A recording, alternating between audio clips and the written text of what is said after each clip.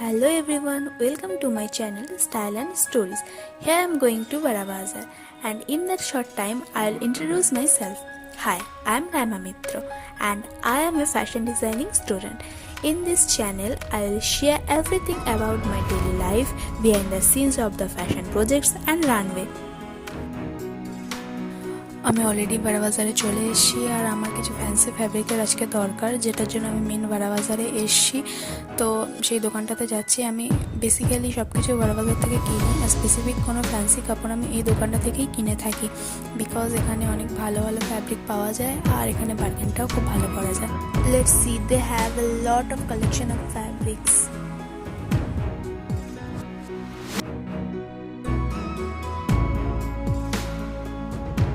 আমার যে সমস্ত ফ্যাব্রিকগুলো দরকার ছিল সবগুলো তো এই দোকানটাতে পেলাম না, তার জন্য বাইরে চলে এলাম। আর গুরুদুয়ারার ঠিক অপোজিটে যে ফুটপাথটা আছে, ফুটপাথে অনেক এরকম ছোটো ছোটো শপ আছে যেখানে অনেক ভালো ফ্যাব্রিক অনেক কম প্রাইসে পাওয়া যায়। তো এরকম একটা দোকান হচ্ছে এইটা।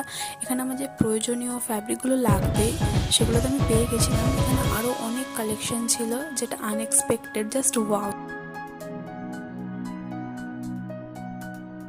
আর এখান থেকে আমি ফ্যাব্রিকগুলো নিয়ে নিয়েছিলাম, যেমন এই লাল ফ্যাব্রিকটা আর এখানে এই যে কাটা একটু পিঙ্কিশ যে ফ্যাব্রিকটা, এগুলো সব আমি নিয়েছিলাম। তো এগুলো প্রাইস উনি বলছিল আই থিঙ্ক 75 করে, বাট আমি ওনাকে বলতে উনি এগুলো 50-তে রাজি হয়ে গেছিলো।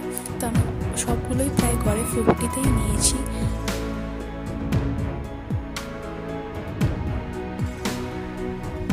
শপিং তো কমপ্লিট, বাট বারা বাজার এসেছি লাস্সি খাবো না এমনটা তো হতেই পারে না। তো বিশেষ করে কাকুর দোকানের লস্যি, ব্রিজের ঠিক একদম অপোজিট সাইডে কাকুর দোকানের লস্যি, এটা জাস্ট ওয়াও খেতে।